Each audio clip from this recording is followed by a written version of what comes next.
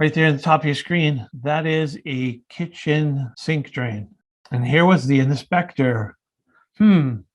Is that a horizontal drain? Is it really outside? Looks like it's outside to me. And there has been no attempt to insulate that or anything. Fail, see you later, bye. Reinspection fee. Whether it's a water pipe or a drain pipe, you can't run pipes outside. First, you should ask the inspector, because then you all can coordinate and communicate about, hey, if you're going to do that, you got a 2-inch Armaflex it all the way.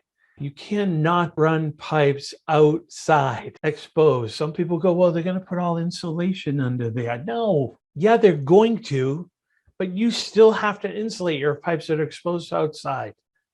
If the area underneath them is not insulated, like that ductwork is being re-insulated, and then they were going to spray foam that's what you got to do. You need to at least insulate your pipe with Armaflex or fiberglass. Building code wants fiberglass. And then they're going to spray foam, and then we're all good.